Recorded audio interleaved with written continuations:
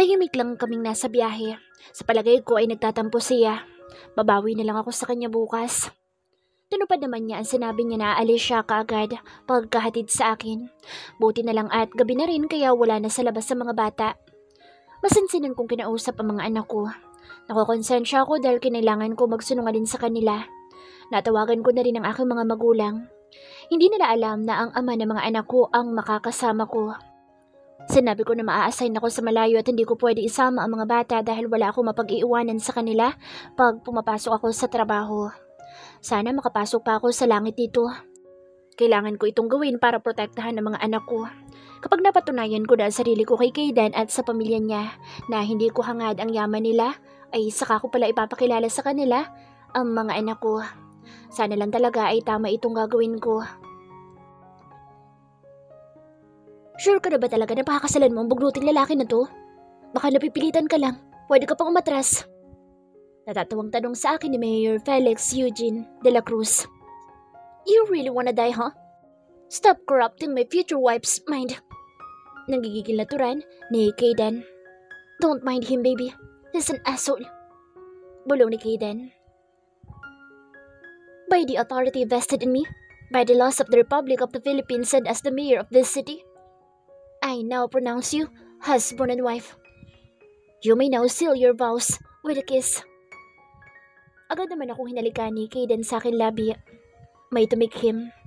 Napahiwalay naman ako kay Kayden pagkadinig ko sa tikhim ni Mayor. God, nakakahiya. Nadala naman ako sa halik ng mokong na ito. Nadinig ko naman ang pagtawa ni Kayden at ni Sir Japet na isa sa mga naging witness namin. Ang isa naman ay ang assistant ni Mayor. Agad naman kaming umalis sa City Hall after ng kasal. Parang atat na si Kayden na maibahay ako eh. Dumiretso kami dito sa isang mamahaling restaurant here in Makati.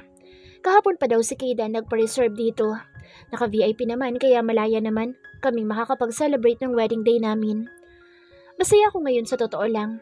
Pinakasalan ako ng ama ng mga anak ko.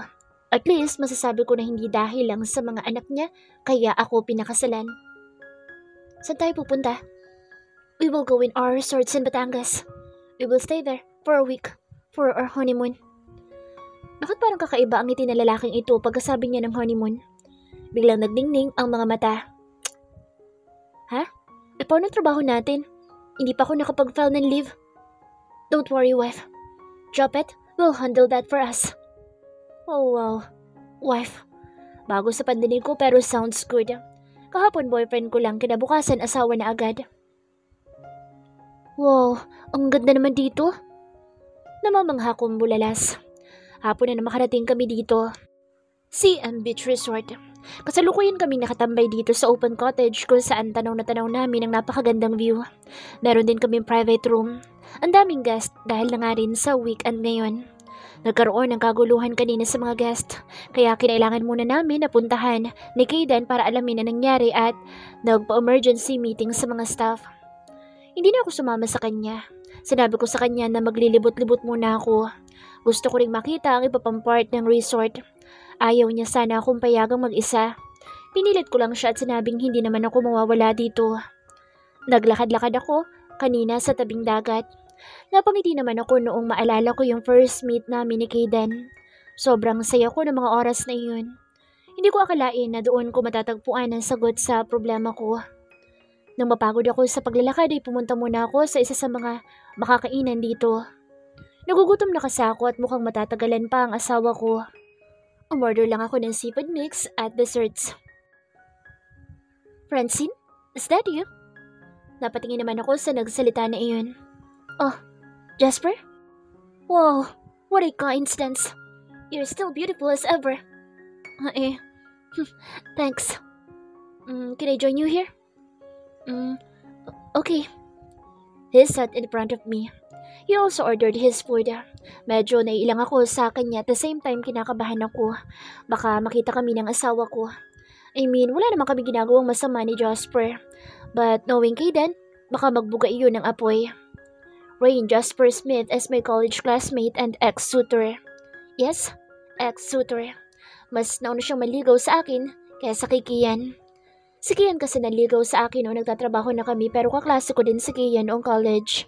Hindi ko lang talaga nabigyan ng pagkakataon si Jasper noon dahil nag-aaral pa kami nung time na iyon at hindi ko priority ang makapagrelasyon. Isa pa, kilala siyang chick boy sa school. Malay ko ba kung trip niya lang ako. Bigla ko namang naitago ang kaliwang kamay ko kung nasaan ang wedding ring ko. Baka ipagkalat pa niya nakasal na ako. Hindi pwede. Hindi pa pwede sa ngayon. Pasimple ko itong tinanggal sa daliri ko at inilagay sa loob ng bag ko. Kumusta ka na? Sa Cavite ka pa rin ba nakatira? He asked. Ang pamilya ko nandoon pa din. Pero ako, sa Maynila nagtatrabaho. Nagbabakasyon lang ako ngayon. Oh really? Sa Maynila na rin kami ng pamilya ko ngayon. Nagkaroon kasi ng branch doon ng business ni Daddy. Kasama mo ba ang pamilya mo ngayon? Para kasing ikaw lang mag-isa ngayon. Hindi. Katrabaho ko mga kasama ko. Pagsisinungalin ko. Sana hindi obvious. Napatitig naman siya sa akin at parang malalim ang iniisip. Kinabahan naman akong bigla. Bakit? May dumi ba ako sa muka? I'm sorry. I'm just wondering if you're still single. Cause, isa ako sa masugid mong manliligaw noon. Ha? Yes. Wow, really? Sa ganda mong yan? Natatawa niyang sabi. Isa siyang uri ng hator. Hator ka din pala. Mahina akong bulong sa sarili ko. What? Ha? Wala. Sabi ko wala pa kasi nagkakamali sa akin. You're funny. Ako. Ha? Anong ikaw? Ako. Pwede ako magkamali sa'yo. Napanganga naman ako sa sinabi niya. Sinasabi niya ba sa akin na gusto niya maligaw? What the? Hindi ako kagad nakasagot sa sinabi niya. Just kidding. You're so cute. Natatawan sabi niya sabay pisil ng magaan sa pisngi ko. Nahiya akong bigla. Feeling ko nangamatis ako sa ginawa niya. Ang cute ng dimple niya pag nakangiti siya. Half American si Jasper at matangkad din siya. Ang alam ko ay anak siya ng mama niya sa pangalawang asawa nito na American citizen. May half brother siya sa mama niya pero hindi sila close. Natatandaan kong minsan na ikwento niya. Matagal na din daw iyon at independent sa buhay at wala sa poder ng mama nila. Maloko ka pa rin hanggang ngayon? Tigilan mo nga ako. Nakapout kong sabi. Maya-maya pa ay dumating ng orders namin at hindi ko na namalayan ng oras. Masaya lang kami nagkukwentuhan. Binabalikan ang mga kaganapan noong college days namin. Natigil lang kami sa tawanan nung mag-ring ang cellphone ko. Tinignan ko at tumatawag.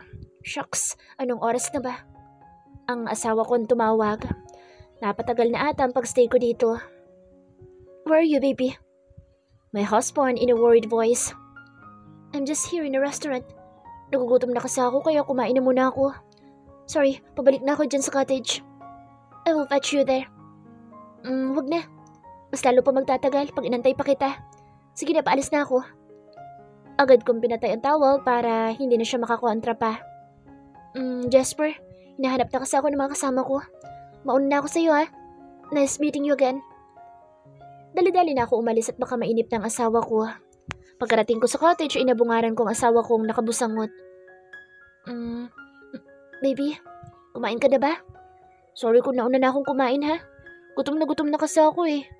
Ayaw naman kitang ustorbohin. Paglalambing kong paliwanag. Hindi siya kumibo. Nakabusangot pa din at hindi ako tinatapunan ng tingin. Ang panganay ko may toyo. Ang cute niyo magtampo. Naganda haba na ang uso.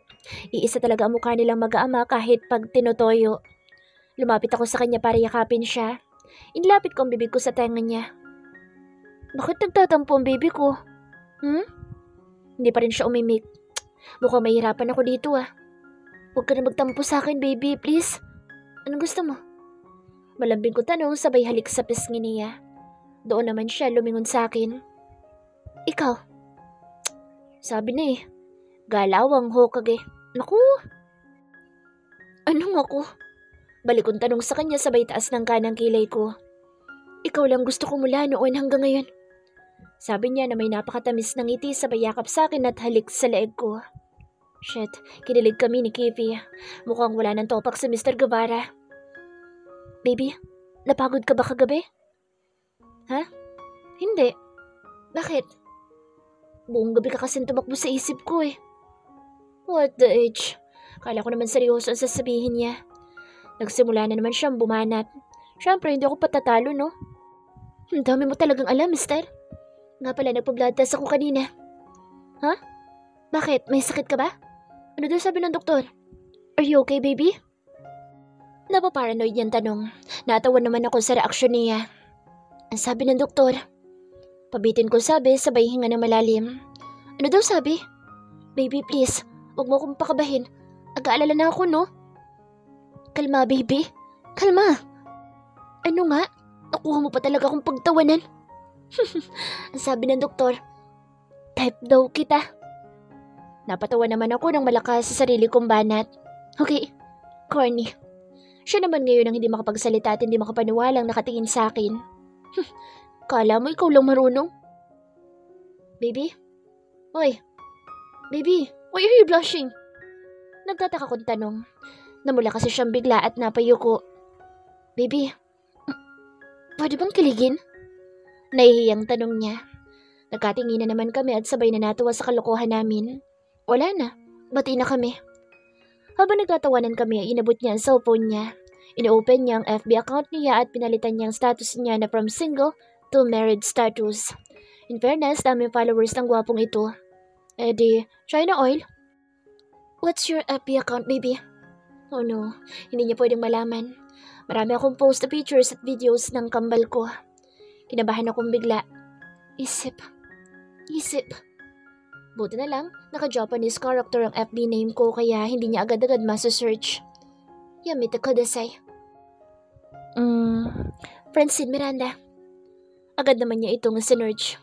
Nung makita ay nag-friend request siya at in-stalk ang account. Nakalimutan niya ata na nandito lang ako sa tabi niya at nakikita ang ginagawa niya. Pinagnanasaan na naman ang pictures ko. Are you not active on your social media account? Your post was last September 23, 2020 pa. Few weeks bago tayo magkakilala. Ha? Ano kasi? Nabusy lang at wala naman akong gana mag-post. Ganun talaga siguro pag nasa adulting stage. Kabadong-kabado ako. Huwag sanang mabuko. Old account ko iyon nung kami panikiyan. Pero nung nag-break kami ay hindi ko na yun ginagamit. Gumawa ako ng bago at pili lang ang friends ko doon. Hindi ko na ini-add yung mga dati kong katrabaho at obviously, si Kian at Elise. Mukhang na-convince ko naman siya sa paliwanag ko. Nagpatuloy lang siya sa pag-stalk sa account ko. Pinupusuan niya bawat pictures ko.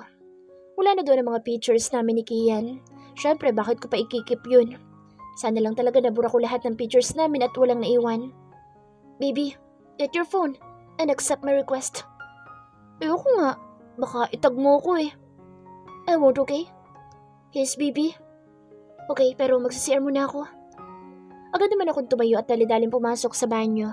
Tinatawag niya pa ako pero hindi ko na siya pinansin. Inilog out ko muna ang new account ko at na-remove. Pinalitan ko ng old account ko. Nakahide na rin sa isang app yung mga pictures and videos ng kambal. Sa pagiging possessive ni Kaden, hindi malabong kalikutin niya ang cellphone ko. Noon kasi hindi ako nangingialam sa cellphone ni Kian kaya hindi ko agad nahuli ang pagluloko niya. Anyway, naka-move on naman ako sa kanya at napatawad na sila pero hindi ko makalimutan yung lesson. Baby, matagal ka pa ba dyan? Kakapasok ko pa nga lang eh. Hindi na ako sumagot at inaccept na ang friend request niya. Hindi na ako nagtagal at lumabas na rin ako. Baka pasukin pa ako dito eh. Gusto mo naman? Sabi ng malandi kong utak. Teka, kumain ka na ba? Muli kong tanong sa kanya nung maalala kong nauna nga pala akong kumain. Kakain pa lang. Nag-order ka na ba? Ako nila o-order kung hindi pa. Seryoso kong saad sa kanya pero hindi siya sumagot at lumapit siya sa akin na halos gahibla na lang ang lapit ng labi namin sa isa't isa. No need. Andito na sa harap ko eh. Nangaakit niyang bulong sa akin sabay ngisi. Hindi na niya ako binigyan pa ng pagkakataong magsalita at agad na akong sinunggaban ng halik. Hindi naman ako nagreklamo pa at ikinawit ko na rin ang mga braso ko sa batok niya at nakipaglaban ng halikan sa kanya. Habang walang patid ang halikan namin ay gumapang naman ang dalawang kamay ng asawa ko paloob sa mini dress ko. Be ready, wife. Ihilang ang pahinga. Langya. I love you, wife. That was hot.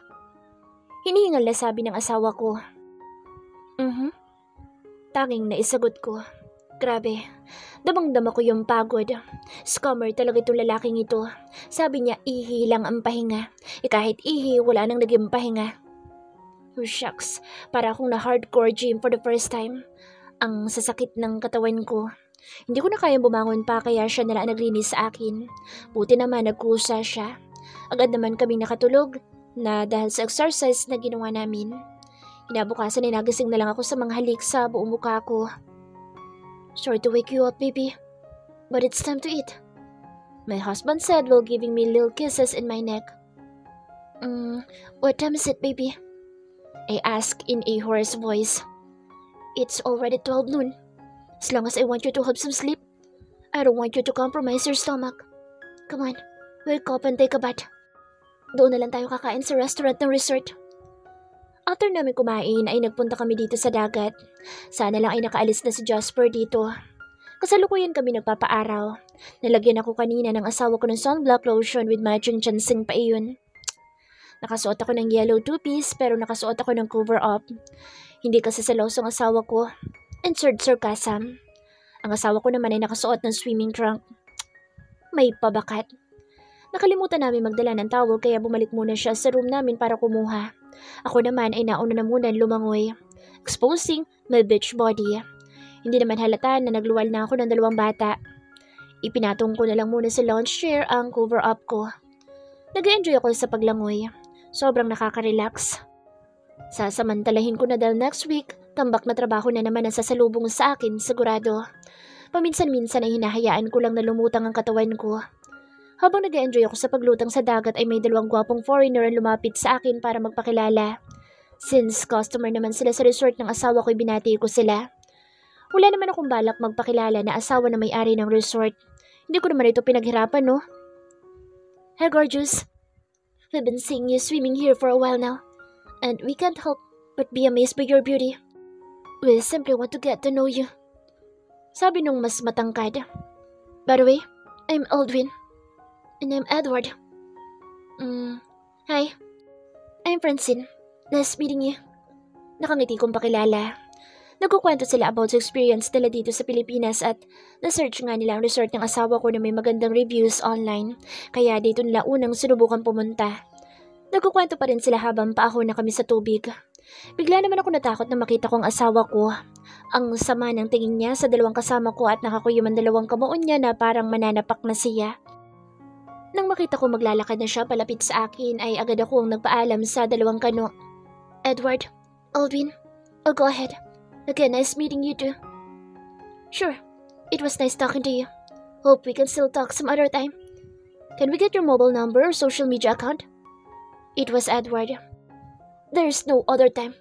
And no, you can't get her number nor her social media account. Napakagatlabi naman ako nang marinig ko ang boss ng asawa ko. Agad namang napalingon sa kanya ang 2 afam na may pagtataka sa kanilang mukha. He's my husband. Agad ko naman sabi bago pa sila makapagtanong. Oh, sabay na bulalas ng 2 kano na tila hindi makapaniwala.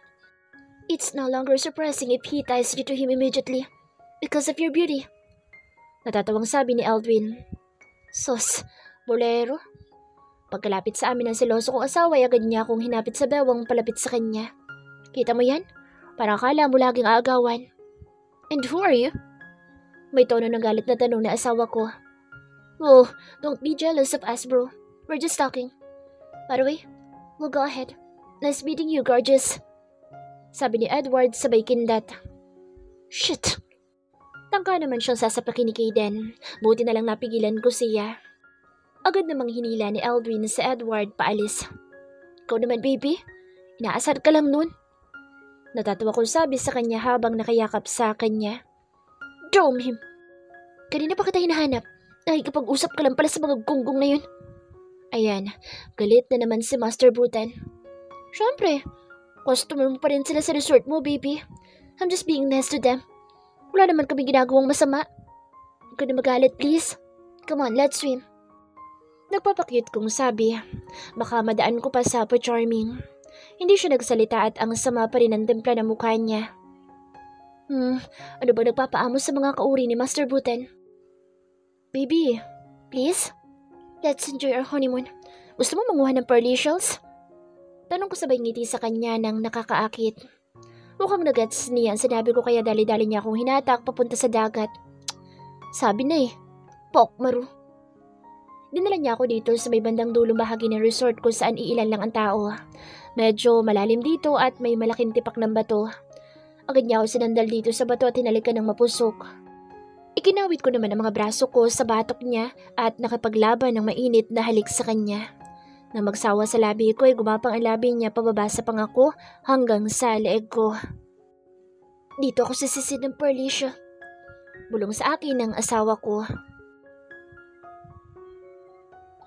Nung maggagabi na ay bumalik na kami sa room at kumain na rin sa seafood restaurant niya. Nagpahinga na kami ngayon. Nakaunan ako sa kanang braso niya. Katatapos lang namin na mag-shower. And yes, may naganap sa CR na bardagulan. Habang nagkukwentuhan kami ay nag-notify ang cellphone ko. Agad ko naman yung chinek.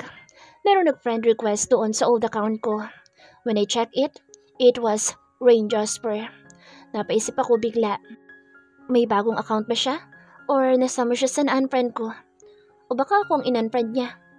Pagkakatanda ko kasi friend naman kami sa FB dahil nga naliligaw siya sa akin dati.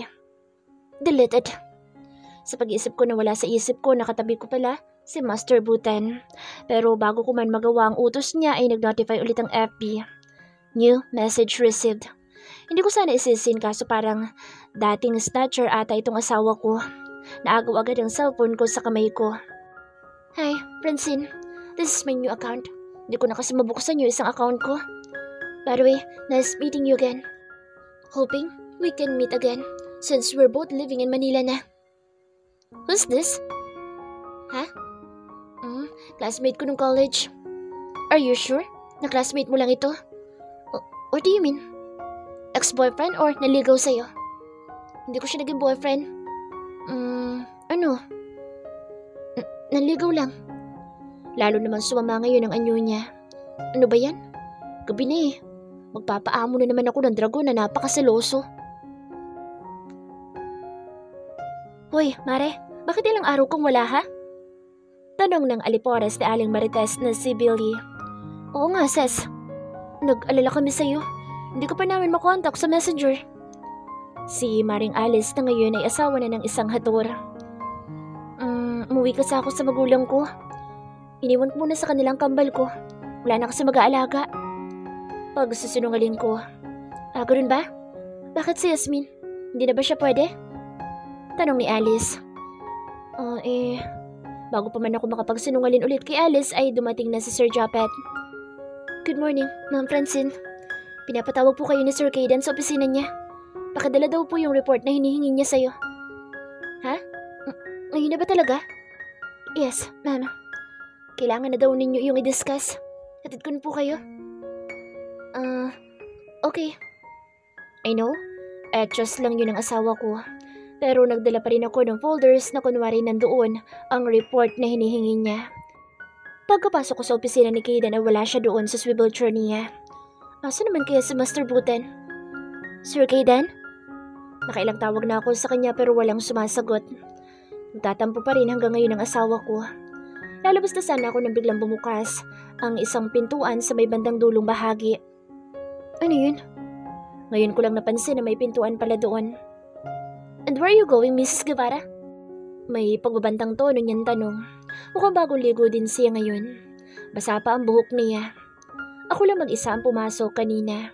Sabi niya ay dito na daw siya matutulog para habulin yung mga naiwan niyang trabaho after nung kasal namin. Kala ko wala kaya alis na sana ako. Pinatawag mo raw ako? Umupo siya sa kanyang swivel chair at malagkit na pinagmamasdan ako na para akong masarap na putaheng nakahain sa harap niya. Ayan na naman yung mga tingin niya na iyan. Come here. Nag-aalangan naman ako lumapit sa kanya. Baka bigla na lang ako lapain ng buhay. Come and sit here. He is pointing his lob. Kagatlabi naman ako lumapit sa kanya. Nakasunod ang mata niya sa bawat hakbang kong palapit. Pagkaupo ko sa lap niya ay agad niyang inihawak ang dalawang braso niya sa bewang ko at isinandal ang pisngi niya sa dibdib ko. I miss you. I'm sorry hindi na ako nakauwi sa dami ng tinatapos ko trabaho. Alam mo naman malapit na launching ng new product natin. Nakaramdam naman ako ng awa sa kanya. Ramdam ko yung pagod niya at parang wala pa siyang sapat na tulog. I miss you too. Naiintindihan ko naman. Anong oras ka nang nakatulog? Nag-almusal ka na ba? Nag-aalala kong tanong. I don't know. 5 a.m. I guess. Nag-coffee lang ako this morning. 5 a.m.? Meaning 3 hours pa lang itinulog mo? 8 a.m. pala ngayon. Yeah. Inaantok niyang sabi. Saglit lang, baby. Sasabihan ko si Jopet na magpa-deliver ng pagkain dito. Tanging na isagot niya sa akin. Nakasandal pa din siya sa dibdib ko. Tinawagan ko na lang si Jopet sa telepono niya na andito lang sa lamesa niya. Ayaw naman kasi akong pakawala ni Kayden. Hello? Sir Jopet? Nakikilita ako sa ginagawa ng asawa ko. Pwede ka bang magpa-deliver ng almusal para kay Kayden? Sabi ko kay Jopet. Baby, stop muna please. Pabulong ko sabi para hindi marinig ni Jopet. Saka ibinalik sa tenga ko ang telepono. Puyat ba talaga tong lalaki na to? Okay po ma'am. Right away. Thank you. Awat muna baby ko. Ayan na ata yung breakfast mo. Agad ko namang inayos ang suot ko bago buksan ang pinto. Ma'am, ito na po yung order mo na almusal. Si Jopet. Okay, salamat. Ako na lang magpapasok. Sinara at nilak ko ang pinto at tumungo sa mini pantry dito. Habang inihahanda ko ang pagkain ng asawa ko ay bigla namang may yumakap sa akin mula sa likuran. Wala naman sigurong multo dito, no? Yeah, for sure. Asawa ko yun. Tamang singhot lang din siya sa laag ko eh. Adik. Tama na yan, baby. Maupo ka na rito at mag-almusal. Masunod naman ang asawa ko. Umupo din siya at sinamulan na ang pagkain. Pinipilit niya ako na kumain kaso busog pa talaga ako kaya sinamahan ko na lang siya at kinukwentuhan. Ilang araw na rin simula nang umuwi kami galing Batangas. Katakot-takot pa na suyuan ang ginawa ko para lang hindi na siya magsalos kay Jasper. Pinaluwanag ko naman na nakaraan na iyon at hindi pa kami magkakilala noong time na iyon. Kaso busangot pa din siya. Bakit daw nagpaparamdaw pa ulit si Jasper?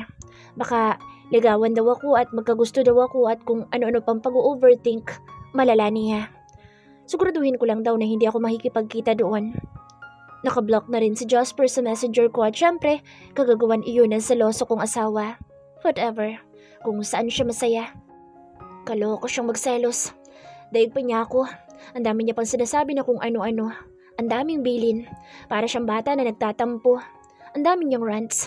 Hindi na nga ako nagsasalita o nagtatangka magpaliwanag kasi lalo lang humahabang usapan. Dahil naririndi na ako, kakarant niya na mga ikinasaselos niya. Nakaisip ako ng paraan para patahimikin siya pero secret kung paano. Effective naman dahil mahimbing na nakatulog ang asawa ko pagkatapos. Talagang sinulit ako ng asawa ko na makasama habang bakasyon kami. Ang dami namin activities na ginawa. Pinaka-favorite ko, yung nag-island hopping kami. Sobrang ganda talaga at syempre, ang magaling kong asawa hindi nakakalimutan ng everyday goal niya. Yun, yung at least makatatlo sa akin. Matapos akong asikasuhin ng asawa ko ay nagpaalam na rin ako na babalik na sa station ko. Ayaw pa sana akong payagan. Sinabi ko na lang na babawi na lang ako sa kanya pag uwi. Gusto ko yung ginawa mo sa akin nung honeymoon natin. Gawin mo ulit yun ha?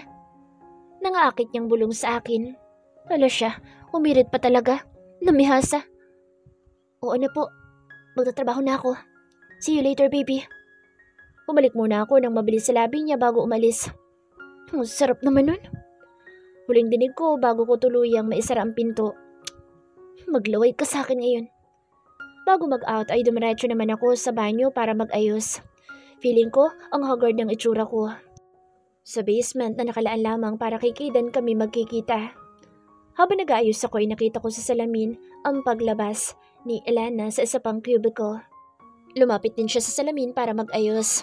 Nagkatinginan kami. Initaan ko siya pero tinaasan niya lang ako ng kilay. Yun ang napapansin ko palagi sa kanya. Jolly siya sa harap ng ibang tao pero pagdating sa akin ay hindi siya ngumingiti o kaya ay iniirapan ako. Hindi ko alam kung ano bang problema niya sa akin. How does it feel? Sabi ni Alana. Napatingin ako sa paligid kasi baka iba palang kinakausap niya. Ako bang kausap mo? Inirapan naman niya ako. Sino pa bang nandito bukod sa atin dalawa? Aba, loko to ah. Tinaasan ko naman siya ng kilay. Aba, mali ko ba kung may nakikita ka na hindi ko nakikita? Medyo pataray ko namang sabi. Medyo pa lang. How does it feel na makasira ka ng pamilya? Anong pakiramdam na malaya kang palakad-lakad tapos ang pamilyang sinira mo ay malabo ng mabuo at may isang batang nawala ng ama? Napakunot naman ako ng noo sa sinabi niya. Nakadrugs ba to? Pinagsasabi mo, girl? Are you sure na ako talagang kinakausap mo? Nagtataka kung sabi. Paano naman ako nakasira ng pamilya? At kanino namang pamilyang sinira ko kuno? Mas lalo naman sumama ang timpla ng mukha niya. Halatang nagpipigil siya ng galit. Problema nito. Talaga nagmamaang-maangan ka pa ha? Ganyan talaga mga linyahan niyang mga kabit. Gigil niyang sabi sa akin. What the hell? Ako? Kabit? Wow, just wow. Ako nga niloko noon tapos ngayon ako pa ang kabit.